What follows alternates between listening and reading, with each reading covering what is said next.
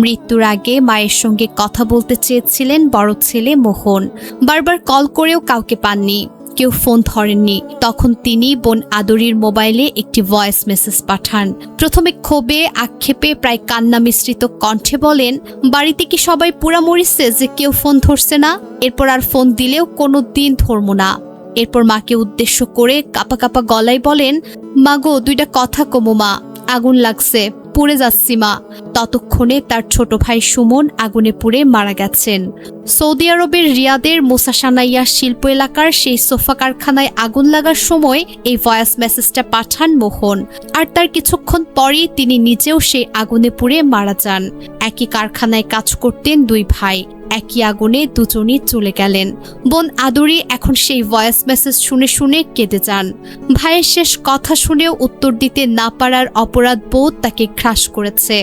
জানা যায় রোববার 9 আগস্ট স্থানীয় সময় দুপুর আনুমানিক 2টার দিকে রিয়াদের শিফা থানাধীন মুসা সানাইয়া শিল্প এলাকার একটি সোফা তৈরির কারখানায় হঠাৎ আগুন লাগে। প্রাথমিক ধারণা বৈদ্যুতিক শর্ট সার্কিট থেকে আগুনের সূত্রপাত হয়। কারখানাটি মূলত বাংলাদেশি শ্রমিকরাই পরিচালনা করতেন। তারা নিজেরাই কারখানা চালাতেন, নিজেরাই সোফা বানিয়ে বিক্রি করতেন।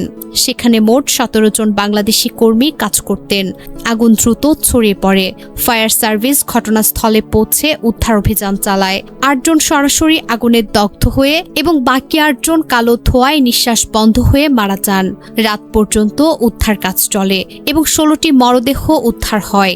একমাত্র বেঁচে যান হাবিবুর রহমান হাবিব। তিনি দুপুর 1:30টার দিকে চুল কাটতে সেলুনে গিয়েছিলেন। ফিরে এসে দেখেন কারখানা পুরোপুরি আগুনে পুড়ছে। কারখানায় প্রচুর কাঠ, ফোম, কাপড়, গদি ও অন্যান্য দাহ পদার্থ থাকায় আগুন মুহূর্তের মধ্যেই ভয়াবহ রূপ নেয়। আগুন দ্রুত ছড়িয়ে পড়ে এবং ঘন কালো ধোঁয়ায় পুরো কারখানা ভরে যায়। কারখানার ভেতর থেকে বের হওয়ার সময় ছিল খুবই কম। আগুন ও ধোঁয়া এত দ্রুত ছড়ায় যে অনেকেই দরজা বা জানালা দিয়ে বের হতে পারেননি। ফায়ার সার্ভিস ঘটনাস্থলে পৌঁছে উদ্ধার কাজ শুরু করে। উদ্ধার অভিযান রাত প্রায় 11টা পর্যন্ত চলে। শেষ পর্যন্ত 16 জনের মরদেহ উদ্ধার করা হয়। নিহত 16 জনের মধ্যে প্রায় 13 জন নওগাঁর আত্রাই উপজেলার বিভিন্ন গ্রামের বাসিন্দা। বাকিরা নাটোরের নলডাঙ্গা ও রাজশাহীর বগামারা উপজেলার।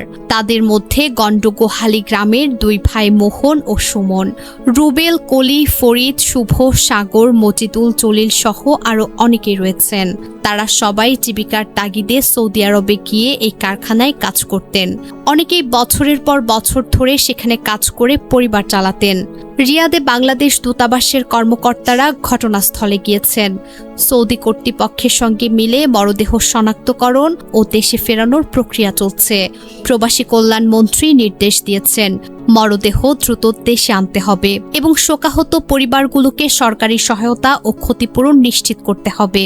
এই ঘটনায় আত্রাই উপজেলা সহ পুরো এলাকায় শোকের ছায়া নেমে এসেছে। একদিকে পরিবারগুলো ভাই ছেলে হারিয়ে ভেঙে পড়েছে, অন্যদিকে মোহনের শেষ ভয়েস মেসেজ এখন অনেকের মনে প্রশ্ন জাগাচ্ছে। মৃত্যুর আগে মানুষ কেন এমন কথা বলে যায় যা পরে সত্যি হয়ে যায়? এই মর্মান্তিক ঘটনা আবারও মনে করিয়ে দিল প্রবাসী রুটি রুজির সন্ধানে যাওয়া মানুষগুলো কতটা ঝুঁকির মধ্যে জীবন কাটান। তাদের স্বপ্ন, তাদের ভালোবাসা সবকিছু কখনো কখনো হারিয়ে যায় এক মুহূর্তের আগুনে।